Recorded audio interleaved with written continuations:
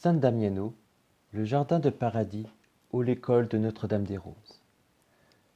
San Damiano, ce lieu si fantastique, je le connais personnellement grâce à la vénérable et bientôt bienheureuse Marthe Robin. Permettez-moi de vous raconter l'histoire de ce lieu. Depuis le 16 octobre 1964, ce petit village de la province de Piacenza, en Italie, est le centre d'événements spirituels au retentissement international, où les conversions et les appels à la vocation sacerdotale ne se comptent plus. La personne choisie par le ciel est Rosa Catrini, une paysanne italienne ignorante, qui se voit investie par la Vierge Marie d'une mission qui la dépasse. Voici l'histoire du commencement de San Damiano. Tout commence par la guérison instantanée de Rosa. De l'hôpital, on m'a ramenée à la maison, car il n'y avait plus aucun espoir, raconte Rosa. En effet, de Giuseppe Catrini, Rosa a mis au monde 3 enfants, Giacomina, Paolo, puis Pier Giorgio. Chaque naissance a nécessité une césarienne. Lors de la 3e grossesse, l'état de Rosa est devenu si grave que les médecins lui conseillent formellement l'avortement thérapeutique, ce qu'elle refusa catégoriquement en répliquant « Cet enfant, c'est Dieu qui me l'a donné ». Après la difficile naissance de son 3e enfant, Pier Giorgio, et à la suite de nombreuses complications, la santé de Rosa s'aggrave sérieusement. À partir de 1952, Rosa ne cesse d'aller de l'hôpital à son lit de malade. Au bout de 9 ans, en 1961, les médecins la jugent perdue. C'est alors que le 29 septembre, jour de la fête de Saint-Michel-Archange, Rosa est guérie instantanément par une mystérieuse visiteuse dans la maison qu'elle habite alors à San Damiano. Rosa raconte : « J'étais au lit, étendue, dans l'impossibilité de bouger. Mon mari était sorti pour chercher des châtaignes. À la maison, il n'y avait que ma tante Adèle. C'était une journée chaude. Vers midi, arrive une jeune épouse. Elle demande une obole pour acheter 3 cierges, 3 petites lampes pour le sanctuaire du Padre Pio. Il fallait 1500 lire. Tante Adèle lui dit : « Mais nous sommes très pauvres. À la maison, entre nous tous, nous n'avons que 1000 lire. Et encore, on nous les a prêtées. » La dame répond : « L'offrande, tu dois la faire quand même. »« J'ai toujours fait des offrandes, dit tante Adèle, mais aujourd'hui vraiment, nous ne pouvons pas. Il y a là ma nièce, Rosa, qui est malade et souffre un enfer. Il nous faut la soigner, et nous n'avons que 1000 lire. »« Où est ta nièce ? demande la dame. »« Elle est là, répond tante Adèle. » Alors la dame entre et me voit étendue sur le lit. « Allons, courage. Qu'as-tu ? me dit-elle. « Je suis tout éventrée, répondis-je. Ils m'ont ramenée de l'hôpital à la maison parce qu'il n'y a plus d'espoir. » À ce moment, les cloches sonnent midi. Alors elle me dit : « Allons, lève-toi. »« J'en suis incapable, répond Rosa. »« Donne-moi une main, dit-elle. » Je lui ai donné une main, mais en vain. Alors elle me dit : « Donne-moi les 2 mains. » Je lui ai donné les 2 mains. J'ai senti une grande secousse. « Allons, lève-toi, me dit-elle encore. » Et moi, je me lève, et je suis guérie. Oui, guérie. Les douleurs avaient disparu. Ensuite, j'ai toujours été bien. Je n'ai plus jamais été alitée. Lorsqu'on demande à Rosa de décrire cette dame, quel était son âge, comment était-elle habillée, elle répond : « Elle avait un visage très beau, Elle était plus blonde que brune, âgée d'environ 25 ans, mais avec des vêtements de pauvre. Sur la tête, un fichu bleu azur. La robe était d'un bleu pâle grisâtre. Elle avait une bourse noire. Elle a dit qu'elle venait de loin. Après la guérison, je me suis mise à crier. Je suis guérie, je suis guérie. Mais elle m'a dit silence. Et elle m'a demandé de réciter un Agnus Dei et puis 5 Pater, 5 Ave et 5 Gloria aux intentions du Padre Pio. Je les ai récités. Elle a mis les mains sur les plaies et les plaies se sont subitement fermées. Puis elle me dit va sans tarder chez le Padre Pio. Mais avec quel argent notre propriétaire a tout emporté, dit Rosa.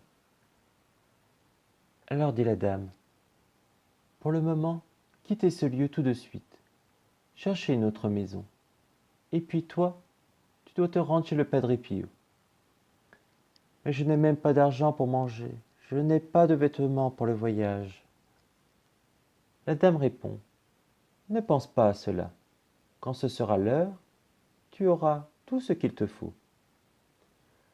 De fait, peu de temps après, j'ai reçu une lettre sans nom, avec la somme pour le voyage. 2 heures avant le départ, j'ai reçu également 2 vêtements. Je ne sais qui me les avait envoyés, et ils m'allaient parfaitement bien. Entre-temps, ma tante est montée pour prendre 500 livres pour les lui donner. La dame est partie. Sur le seuil dehors, il y avait des gens et Pierre Giorgio, mon petit garçon, qui jouait. Il l'a très bien vue. Les autres, par contre, ne l'ont pas vue. Elle est partie ainsi. Selon les témoignages des habitants du village, Rosa Catrini reprend aussitôt une vie tout à fait normale. À peine guérie, elle se consacre de nouveau aux travaux ménagers, organise elle-même son déménagement en charrette à bras. Elle se rend dès lors chaque jour à pied à l'église qui se trouve à 2 kilomètres pour la messe. Désormais, elle va et vient sans peine. En mai 1962, elle se joint à un groupe de son diocèse qui se rend à San Giovanni Rotondo, auprès de Saint Padre Pio, sous la conduite du curé de San Damiano, Don Gardo Pelacani. Rosa raconte. Dans l'église, devant l'autel du Sacré-Cœur, près duquel nous étions réunis, est venu un frère qui a demandé, au nom du Padre Pio, où est la miraculée de San Damiano? Le frère a proposé de faire le chemin de croix, malgré le mauvais temps, à l'extérieur, le long de la route. Nous y sommes donc allés sous la pluie. À la fin du chemin de croix, le soleil est revenu et nos vêtements ont été subitement secs. Le lendemain, le samedi matin, sur le parvis de l'église, alors que je récitais le rosaire avec une compagne, voilà que se présente la dame qui m'avait guéri. J'étais seul à la voir. Elle m'a dit « Me reconnais-tu » ? Oui, ai-je répondu. Vous êtes la Madone. Mais vous n'avez pas voulu que je le dise. Je suis la mère de la consolation et des affligés. Après la messe, nous nous retrouverons près de la table sainte, et je t'accompagnerai jusqu'au Padre Pio, qui te donnera une mission à faire. Il en fut ainsi après la messe.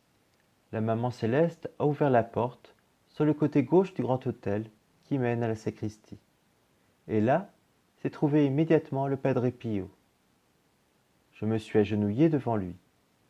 Je lui ai dit que je ne savais pas que penser de tout cela. Alors il m'a dit « Voici celle qui te le confirme. » Il me montra la Madone qui se tenait là, sur le côté. C'est là, sur l'autel dédié à Sainte Marguerite Marie et au Sacré-Cœur, que Rosa voit la Madone pour la première fois dans sa gloire. Comme si le ciel voulait confirmer le lien du message de San Damiano avec pareil le monial. Padre Pio lui donne alors sa mission. Rentre chez toi et va à l'hôpital assister les malades. Durant 2 années, Rosa exerce cette activité. Puis le Padre Pio la libère de ce service pour venir soigner sa tante elle-même malade et attendre chez elle un événement. C'est alors que le 16 octobre 1964, quand sonne la cloche de l'Angélus, Rosa se met à réciter la prière. Arrivée à l'Ecce Ancilla Domini, elle entend une voix féminine qui l'appelle du dehors. Viens, viens, je t'attends. Elle sort de la maison. La voix continuait. Ma fille, viens, viens, avance, avance, ma fille. Je m'avançais vers la voix, raconte Rosa, pour arriver au premier grillage vers les vignes. Je voyais une lumière si belle, si forte, que je ne saurais la décrire d'aucune manière. Plus j'avançais, plus cette lumière fulgurante se renforçait, et la voix devenait de plus en plus douce, pénétrante et forte. Je me suis mis à pleurer, à trembler et à me réjouir, pensant, que va-t-il se passer? Est-il arrivé malheur à ma sœur religieuse aux Indes, à l'hôpital des lépreux? Avançant, j'arrivai au second grillage qui est placé dans les vignes. Trop ému, je m'asseyais sur un petit tabouret branlant, en faisant le signe de croix avec mon chapelet, pour que la Madone me fasse comprendre pourquoi toute cette lumière et cet appel continuel. J'ai vu un grand globe rouge se poser entre les branches du poirier. À cet instant, la nuit blanche disparut, et la très sainte Vierge se montra à moi sur le tronc du prunier. Elle avait un manteau blanc, la robe bleue, serrée à la taille avec une ceinture blanche. De la ceinture, à gauche, pendait un chapelet avec des grains blancs resplendissants. Il se terminait par un crucifix, tout fulgurant. La figure de Jésus crucifié paraissait toute vivante. Elle avait autour du cou un chapelet rond, plein d'étoiles étincelantes. Ses bras étaient ouverts, et de la paume de ses mains partaient des rayons très lumineux qui me frappaient le visage et toute ma personne. Je me suis mise à genoux et j'ai dit « Ah, ma mère, je ne suis pas digne que vous veniez près de moi, mais dites une parole, je vous écoute. » La Madone était très belle de visage, comme je ne saurais jamais l'expliquer, mais triste. Cependant, elle m'a souri, et quittant le prunier, elle s'est arrêtée sur le globe rouge au-dessus du poirier. Arrivée là, elle a dit « Ma fille, je viens de loin. Annonce au monde que tous doivent prier, car Jésus ne peut plus porter la croix. Je veux que vous soyez tous sauvés, tous, bons et mauvais. Je suis la mère de l'amour, la mère de tous, et vous, vous êtes tous mes enfants. Aussi, suis-je venu avertir le monde qu'il faut prier, car les châtiments sont proches. Je viendrai chaque vendredi. Je te donnerai des messages, et tu devras les annoncer au monde. Va, va vite chez le prêtre annoncer ces choses. Si l'on ne croit pas, si l'on ne prie pas, il viendra de grands fléaux et de grands châtiments. Va, va, fais vite. Maman, je ne suis pas capable d'annoncer ces choses. On ne me croira pas. On dira que je suis folle, répondis-je. Et tandis que je regardais la Madone, je continuais à dire « Je ne suis pas capable, je ne suis pas capable de faire tout cela. Donnez-moi un signe, que tous puissent voir et croire. » Je me suis mise à pleurer. La Madone ajouta « Quand je partirai, ces arbres fleuriront. Tous verront, verront et croiront. » Elle prit alors le chapelet, puis le crucifix, et me bénit en faisant le signe de croix. À bientôt. Au revoir, me dit-elle. La Madone s'était levée, et j'ai vu l'arbre se couvrir de fleurs instantanément. Avant, il n'y en avait pas. Elle se dirigeait en direction de l'église, à une hauteur d'à peu près 2 mètres, plus bas que les maisons. De ses mains, qui remuaient, il pleuvait des pétales de roses. Arrivée vers le clocher, elle s'est de nouveau élevée, et elle a continué à s'éloigner, toujours dans la direction de l'église.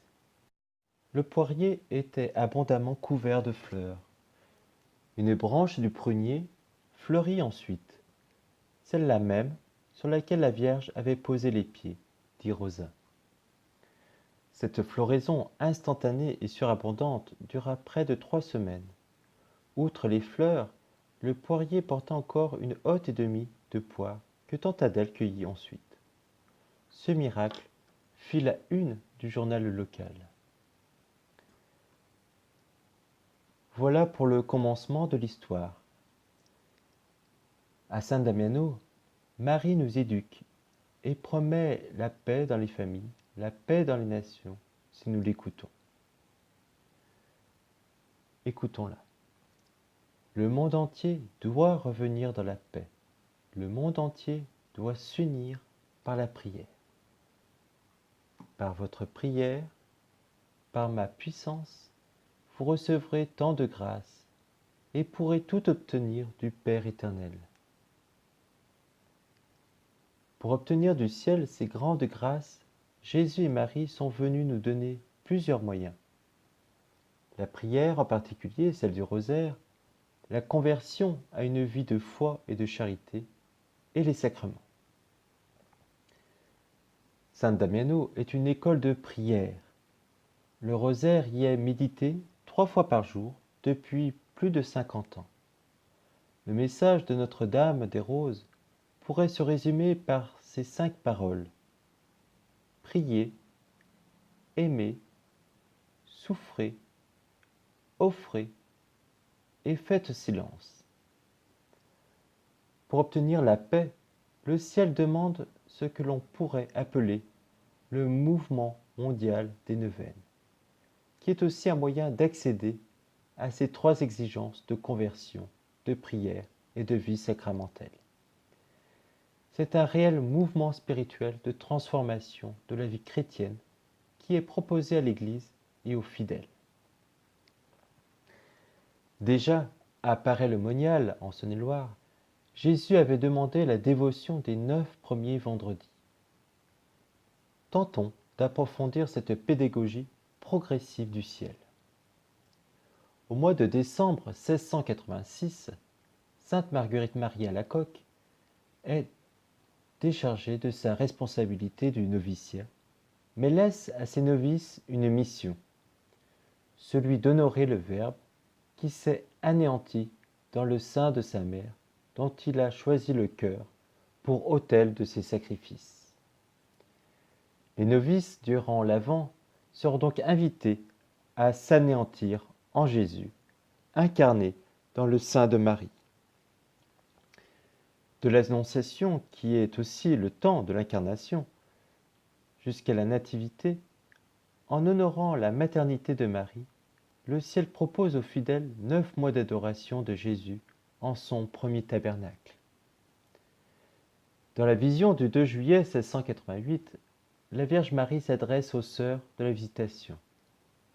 « Venez, mes bien-aimées filles, approchez-vous, car je veux vous rendre comme les dépositaires de ce précieux trésor que le divin soleil de justice a formé dans la terre virginale de mon cœur, où il a été caché 9 mois, après lesquels il s'est manifesté aux hommes qui l'ont méprisé, n'en connaissant pas le prix. » Un vendredi, pendant la Sainte Communion, le Christ déclare à sainte Marguerite-Marie « Je te promets, dans l'excessive miséricorde de mon cœur, que mon amour tout-puissant accordera à tous ceux qui communieront les premiers vendredis du mois, 9 mois de suite, la grâce de la pénitence finale, ne mourant point dans ma disgrâce et sans recevoir leur sacrement, mon divin cœur se rendant leur asile assuré au dernier moment. Chaque premier vendredi du mois, le Christ lui fait bénéficier de la vision de son cœur. Jésus-Christ, mon doux Maître, se présenta à moi, tout éclatant de gloire, avec ses 5 plaies, brillantes comme 5 soleils, mais surtout sa poitrine ressemblait à une fournaise. Jésus demandera aussi l'exercice de l'heure sainte, et fait la promesse du salut des âmes à celles qui se réfugient dans son très saint cœur. Puis, à Fatima, la Vierge demande les 5 premiers samedis. Après que les 3 bergers, Lucie, Jacinthe et François, aient eu la vision de l'enfer le 13 juillet 1917, Marie demanda la dévotion à son cœur immaculé, la consécration de la Russie et la communion réparatrice des 5 premiers samedis du mois. À Lucie. Vois ma fille, mon cœur entouré d'épines, que les hommes ingrats lui enfoncent à tout moment par leur blasphème et leur ingratitude. Toi, au moins, cherche à me consoler, et annonce que tous ceux qui, durant 5 mois, le premier samedi, se confesseront, recevront la Sainte Communion, réciteront le chapelet et me tiendront compagnie pendant 15 minutes en méditant les 15 mystères du rosaire, en esprit de réparation, je promets de les assister à l'heure de la mort, avec toutes les grâces nécessaires à leur salut. Sur les raisons de cette pratique nouvelle, Jésus donne à Lucie cette réponse intérieure. Ma fille, le motif est simple. Il existe 5 sortes d'offenses et de blasphèmes envers le cœur immaculé de Marie. Les blasphèmes contre son immaculée conception, contre sa virginité, contre sa maternité divine et humaine. Les outrages de ceux qui cherchent publiquement à mettre dans le cœur des enfants l'indifférence, le mépris et même la haine envers cette mère immaculée. Les offenses de ceux qui l'outragent directement dans ces saintes images. Aux 5 plaies de Jésus correspondent donc les 5 offenses au cœur immaculé de Marie. A-t-on fait les 9 premiers vendredis demandés à Paris? A-t-on fait les 5 premiers samedis demandés à Fatima? Le ciel, dans sa quête inlassable pour sauver les âmes, donne à l'humanité une nouvelle chance. Notre-Dame des Roses annonce « Comme Jésus veut que se fassent les 9 premiers vendredis du mois, je désire que mes fils fassent les 9 samedis du mois. Je sauverai tant d'âmes de tant de périls, je les sauverai aussi de la mort imprévue. Faites, mes enfants, faites les 9 vendredis et les 9 samedis en l'honneur de mon cœur et de celui de mon Fils Jésus. Dans les familles régnera la paix, la concorde, et mon cœur triomphera dans le monde entier. J'apporterai n'importe quelle grâce matérielle et spirituelle. Je vous sauverai de tant de périls. Je vous promets le saint paradis, et vous ne serez abandonnés ni durant la vie, ni à l'heure de la mort. Je vous conduirai, pas à pas, vers l'éternité, dans la joie éternelle, pour chanter avec les anges et les saints. Le mois qui se termine et le mois qui va commencer sont celui en l'honneur de mon cœur douloureux et le mois du Sacré-Cœur de Jésus. Commencez, commencez mes enfants, les 9 premiers samedis, et votre cœur brûlera d'amour pour moi. Ce message, tel qu'il est énoncé en 1969, demande que l'on fasse comme apparaît le monial, en étendant la neuvaine au samedi. Pour bien comprendre l'essence de cette pratique, saint Louis-Marie Grignon de Montfort dit que la très sainte Vierge est le vrai paradis terrestre du nouvel Adam, et que l'ancien paradis terrestre n'en était que la figure.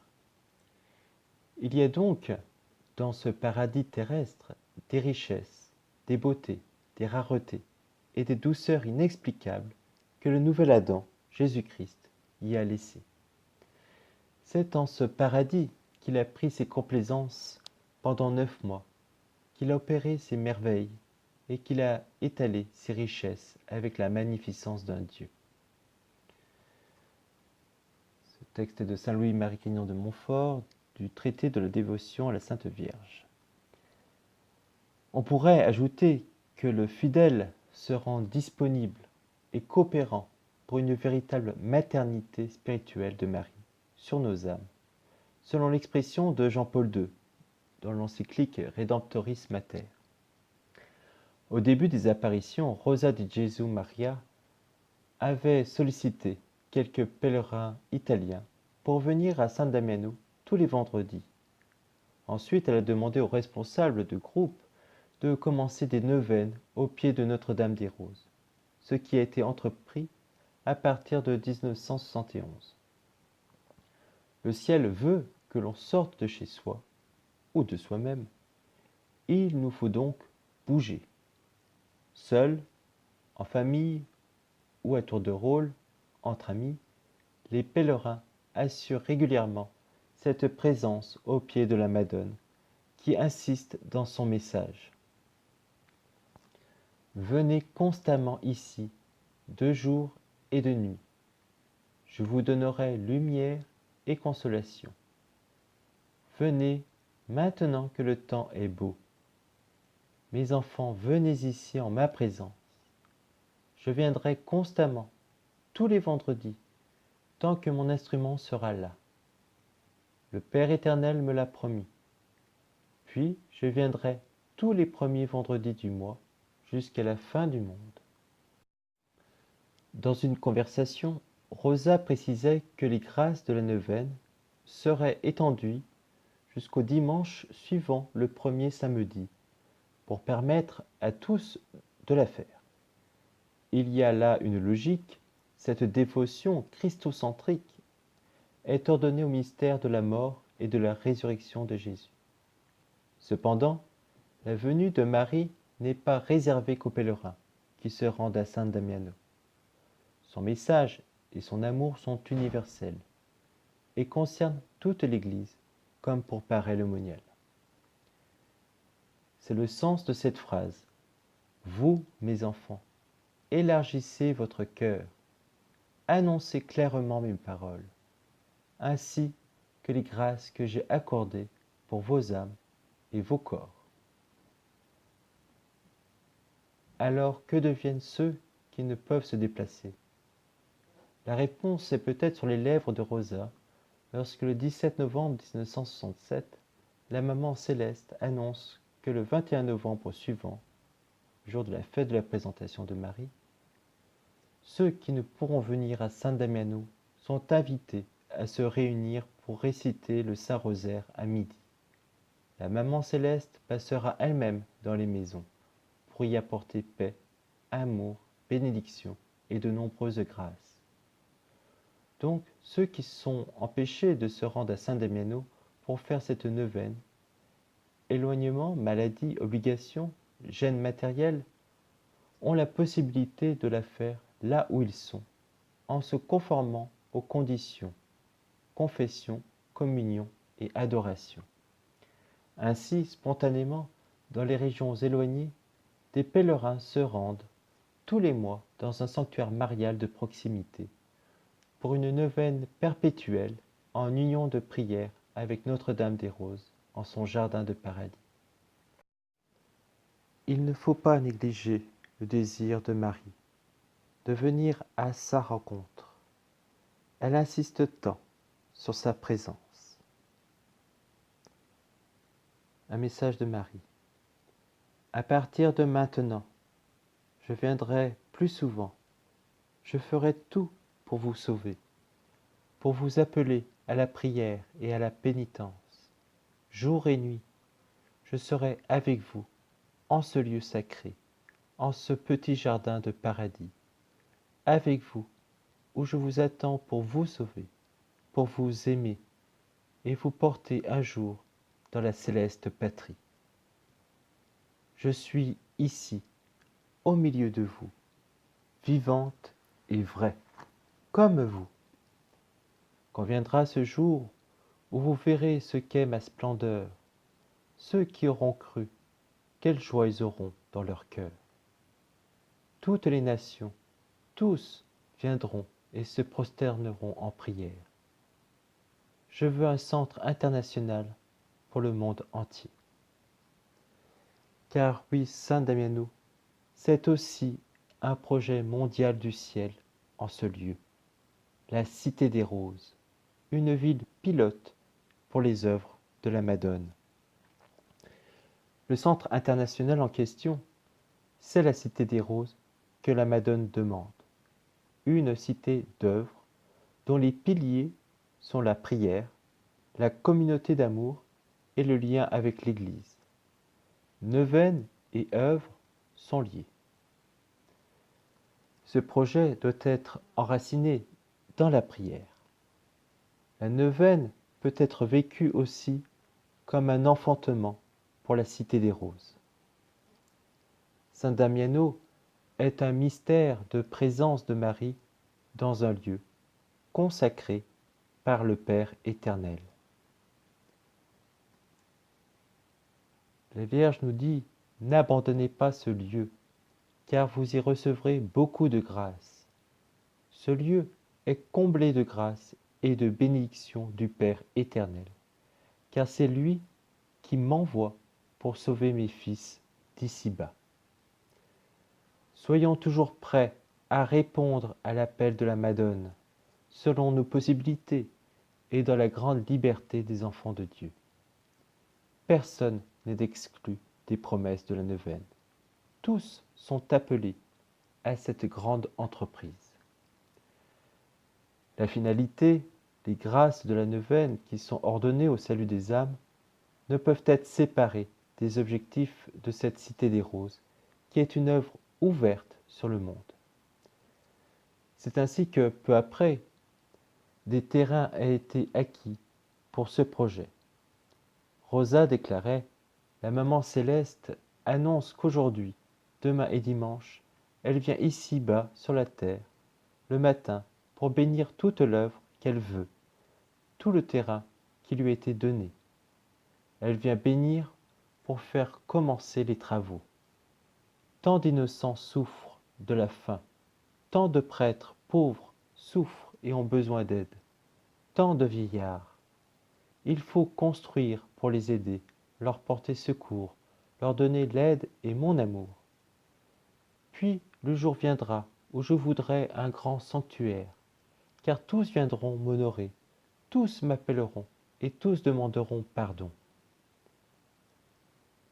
Désormais, les bases de l'œuvre de la Cité des Roses existent, et c'est un grand projet pour l'Église et le monde qui nous attend. Dans le jardin de paradis, le cœur plein d'amour de Marie bat pour l'humanité. Près de l'enclos, la prière des pèlerins continuelle et inlassable, 3 rosaires et un chemin de croix par jour, sont autant de cœurs qui battent à l'unisson avec Jésus et Marie, pour que l'amour se répande sur l'Église et le monde au sein d'une grande œuvre communautaire et ecclésiale.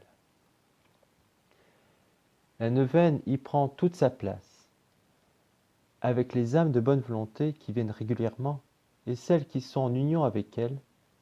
Jésus et Marie préparent leur projet d'amour pour les hommes.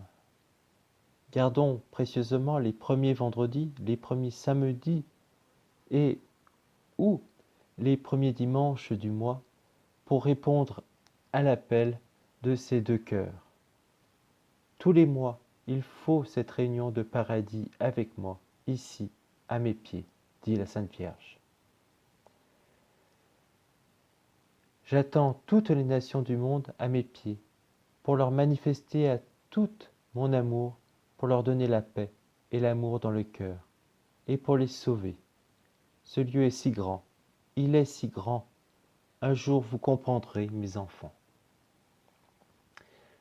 Ainsi la Vierge a annoncé qu'elle veut la grande cité mariale de son amour, pour rappeler tant d'âmes à la prière par la foi, par l'espérance et par la charité, ainsi que par l'amour, pour le salut du monde entier, afin de tous nous unir, malades, pauvres, déshérités, etc. Et pour voir tant de vocations saintes dans la nouvelle ère, en ce lieu si grand se formera une grande cité, la cité de l'amour, la cité du pardon, la cité de la croix. Un centre international pour former la grande cité de l'amour, qui est la terre.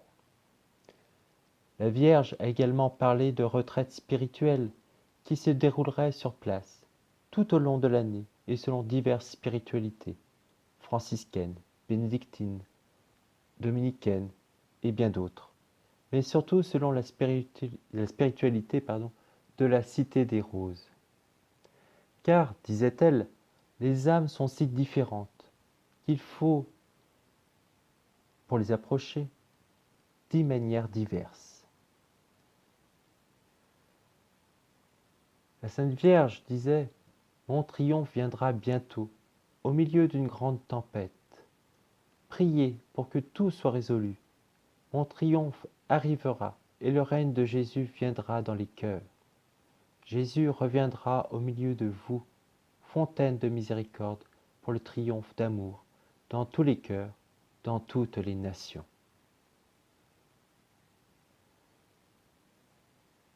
Des pèlerins proposèrent d'aider Rosa, qui a créé en 1974 l'association italienne Ospizio Madonna del Rose. C'est elle qui est officiellement en charge de la réalisation des œuvres de la Cité des Roses. Je vous propose donc de les contacter par email rose@citadelrose.it ou de contacter l'association française Notre-Dame des Roses. Sur ce, je vous dis à très vite pour une nouvelle vidéo sur San Damiano, sur la Cité des Roses et sur d'autres apparitions que je ferai très certainement. À très vite, à très bientôt. Que la paix et le salut soient sur vous.